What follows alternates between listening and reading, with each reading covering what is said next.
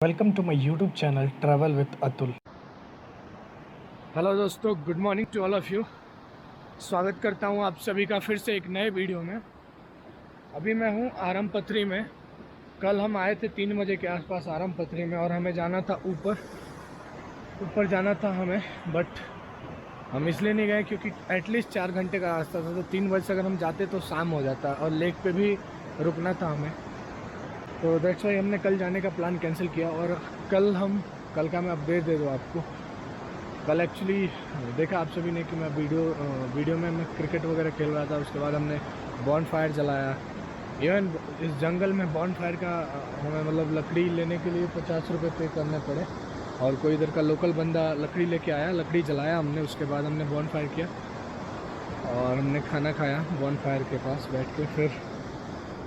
फिर जो मेरे लाइफ का बेस्ट एक्सपीरियंस था, मतलब कि मैंने आज तक नहीं उस टाइप से कुछ भी एक्सपीरियंस किया था, वो था स्टार्स देखना।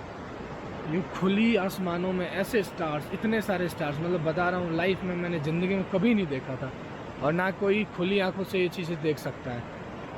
इसके लिए आपको तारामंडल में जाना पड़ेगा। जिस प्रकार की यहाँ पे स्टार्स वगैरह की, मतलब क्या बोलूँ, कलेक्शन दिख रही थी ऊपर। मतलब अलग अलग प्रकार की, कोई बड़ा कोई छोटा और एक साथ, मतलब इवन बहुत ज़्यादा इन पहाड़ी वादियों में, मतलब जो लग रहा था ना, मतलब नेक्स्ट लेवल था। और उसी में मैं कल क्या कर दिया मैंने ना, कल मैं हाफ पैंट पहन के बैठ गया था शाम को। तो मुझे लग गई ठंडी, और ठंडी लग गई तो मेरा हालत ख़राब हो गया। फिर मैं अंदर गया। अंदर जाके मैं अपना स्लीपिंग बैग में घुस गया, ये सब पहन वहन के। और थोड़ी देर बाद मुझे आराम नहीं मिल रहा था, बट ठीक ठाक था। मैं उतना ठंडा नहीं लग रहा था। बट फिर मैंने बोला, लकड़ी के लिए रिक्वेस्ट किया एक बंदे को, वो लकड़ी लेके आया। फिर हमने बॉन फायर जलाया, तो आग के किनारे बैठ के मुझे बहुत राहत मिली। तो ये था पिछली वीडियो के बारे में। और हमने कल रात को सोचा था कि हम सुबह 6 बजे निकल जाएंगे, मतलब 5 बजे उठेंगे, 6 बजे तक निकल जाएंगे। और अभी हम 7:45 पे उठे हैं। अभी ब्रश करने जा रहे हैं, मतलब आई थिंक 8:30 से ज़्यादा ही लग जाएगा हमें निकलते। हमारा प्लान ये है कि आज हर भगवान लेक पे जाके फिर रिटर्न हम आरू वैली, जहाँ से कल आए थे, वहाँ आने के लिए। क्योंकि हमें यहाँ रुकने का कोई इरादा नहीं है, क्योंकि टाइम बच जाएगा। अगर हम आज पहुँच जाएंगे तो कहीं और घूम सकता हूँ मैं। तो ये प्लान है फ़िलहाल। और कल यार क्या हुआ था कि कल तो वैसे बहुत लोग आ रखे थे, उधर टेंट वगैरह लग रखा है, तो बहुत बंदे गए थे ऊपर। तो किसी घोड़े वाले ने बोला है कि कल उनको भालू देखा था। तो आज हम जो जाने वाले हैं, हमारे अलावा कोई बंदे नहीं आ रखे हैं जो ऊपर ट्रैक के लिए जाने वाले हैं। तो हम अकेले हैं और लिटरली हमारी फटी हुई है कि ऊपर कैसे जाएंगे। ऊपर का जो हमने सुना अभी, वो सुन के कोई भी डर जाएगा। और आपके साथ कोई इवन जा भी नहीं रहा। अगर कोई जाता तो एक बात भी रहता। तो कल ये जो ग्रुप गए थे, बहुत सारे लोग थे दिल्ली से जो आ रखे थे, 20-25 के आसपास ग्रुप थी। बट आज हम अकेले हैं। तो आज हम निकलने वाले थोड़ी देर में, ब्रश वगैरह करेंगे, चाय बनाएंगे, मैगी वगैरह खा के और फिर निकल चलेंगे। ये देखिए, बहुत ज़्यादा ठंड थी कल रात को, बहुत ज़्यादा। देखिए इवन हमारे स्लीपिंग बैग के ऊपर से पानी हल्का हल्का आगे आ गया है।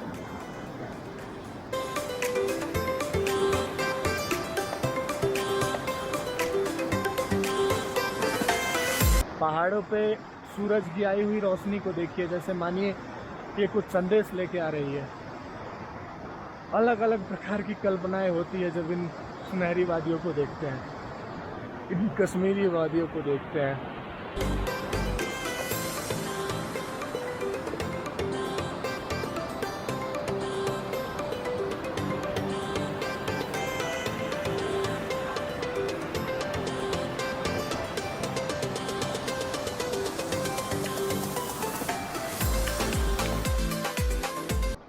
हाँ जी दोस्तों, तो अपडेट ये है कि हम निकल रहे हैं हर भगवान लेक के लिए। और जैसा मैं बोल रहा था कि ऊपर जाने के लिए एक बंदा चाहिए होगा, क्योंकि हमारा जो बंदा घोड़े वाला था ये यहाँ सामान देख रहा था।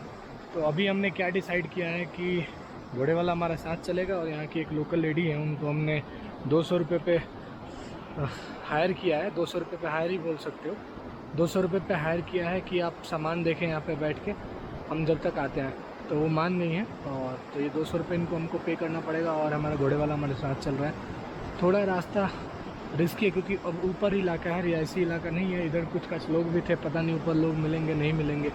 और कल जो एक मतलब शॉकिंग न्यूज़ जो थी कि भालू दिखा है, तो लिटरली कोई भी डर जाएगा। हम भी डरे हुए हैं बट जा रहे हैं। तो अभी कैंप है पीछे, कैंप को हम छोड़ के निकल रहे हैं। तो कैंप को कुछ देर के लिए छोड़ते हुए हम जा रहे हैं हर भगवान ट्रैक के लिए। ये जो कुछ लोग हैं यही लोग इसकी रखवाली करेंगे।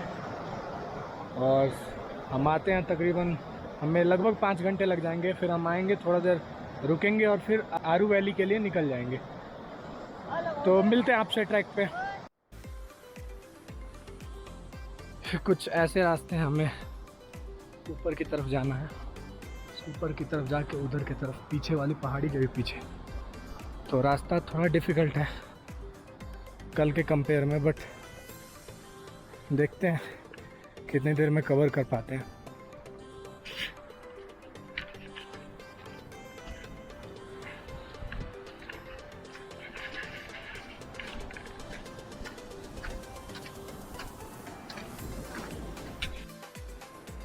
वो दिख रहा है कैंप। कैंप से हम बहुत दूर आ चुके हैं, बहुत दूर।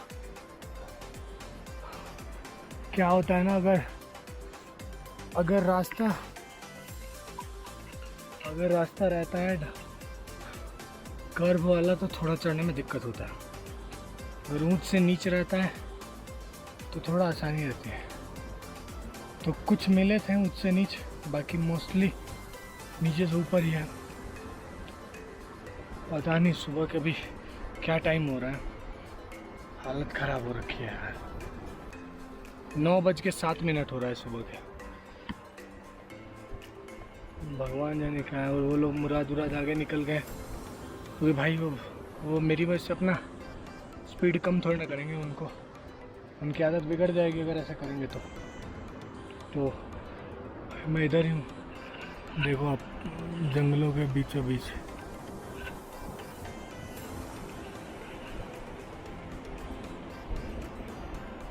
एक ही डर सता रहा है, कहीं कोई जंगली जानवर ना आ जाए।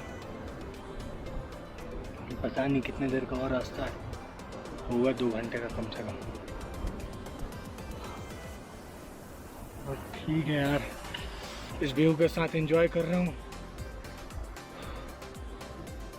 बहुत देर हो गई मुझे बैठे बैठे, तकरीबन 5 मिनट के आसपास हो गया।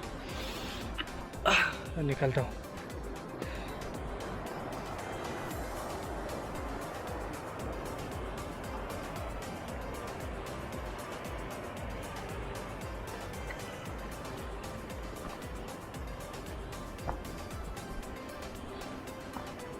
पता नहीं वो लोग कहाँ तक पहुँचे हैं।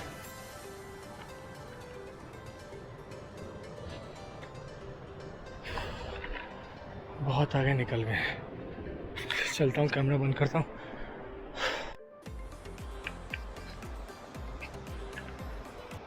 वो देखिए एक भालू।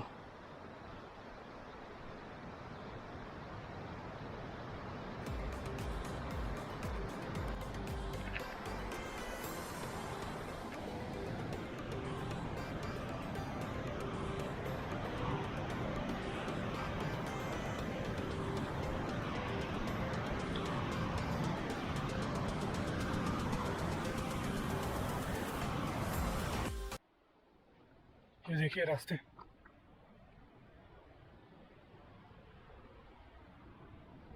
मतलब ट्रैकिंग बहुत डिफिकल्ट है यार, बहुत डिफिकल्ट। इसीलिए इसको ट्रैकिंग बोला जाता है। वरना पैदल चलना तो लोग कितना चलते हैं, खेत जाते आते, उसको ट्रैकिंग नहीं बोलते।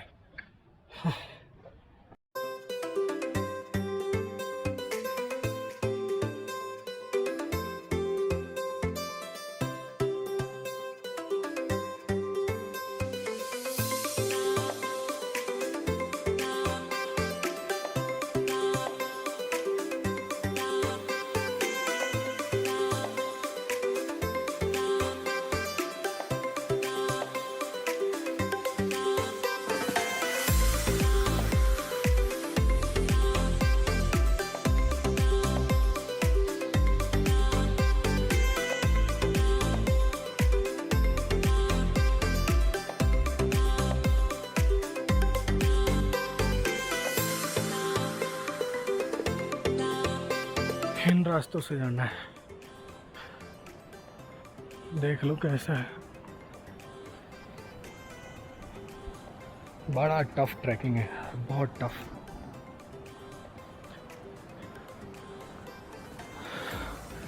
वहाँ ऊपर जाना है।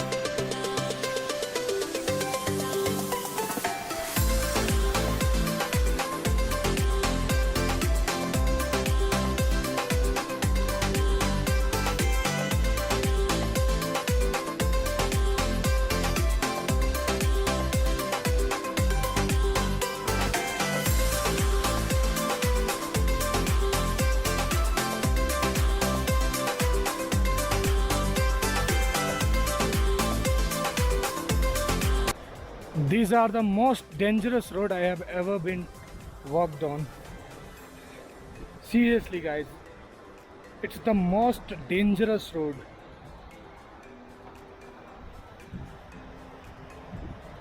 But we did it, and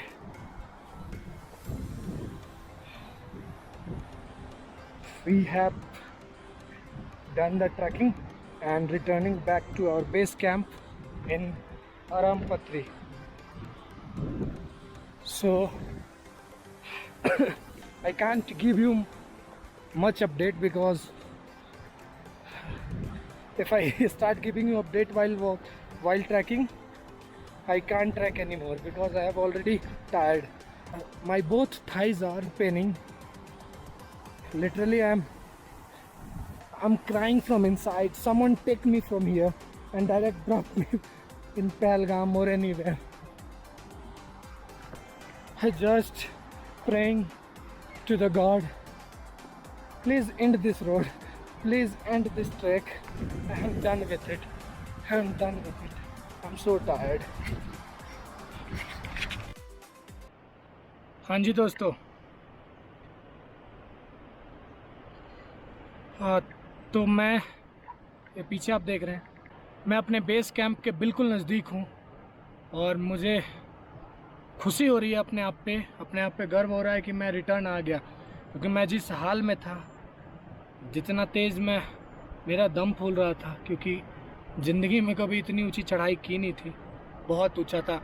मैं रिटर्न जाके मैं चेक करके आपको बताऊंगा कितना ऊंचा था, क्योंकि अभी इधर पता ही आप लोगों को कि नेटवर्क एरिया से मैं बाहर हूँ, तो बहुत ऊंचा था।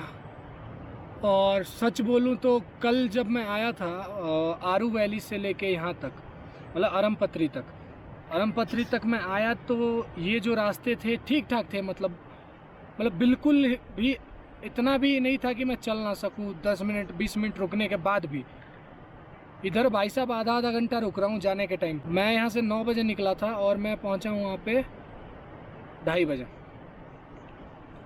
2:30 बजे मैं पहुँचा हूँ और वहाँ से अभी टाइम हो रहे हैं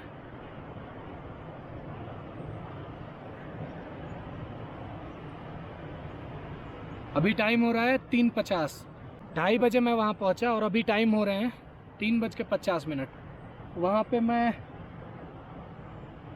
वहाँ पे मैं ज़्यादा देर नहीं रुका, 20 मिनट के आसपास रुका, 15-20 मिनट, फिर मैं रिटर्न आ गया। मतलब मैं 3 बजे से वहाँ से निकला हूँ, अभी 3:50 हो रहे हैं। बिलीव कीजिए मैं मात्र 5 मिनट दूर हूँ अपने बेस कैंप से, मात्र 5 मिनट दूर, और अभी मैं ऐसे रास्ते में रुक के मैं वीडियो बना रहा हूँ।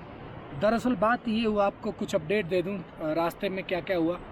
तो जो रास्ता था बहुत ही डेंजरस था, अगर आपका पैर इधर उधर हुआ तो आप गए, राम नाम सत्य है, ठीक है। अगर हल्का सा भी पैर इधर उधर हुआ तो फिर आपका रेस्ट इन पीस हो जाएगा।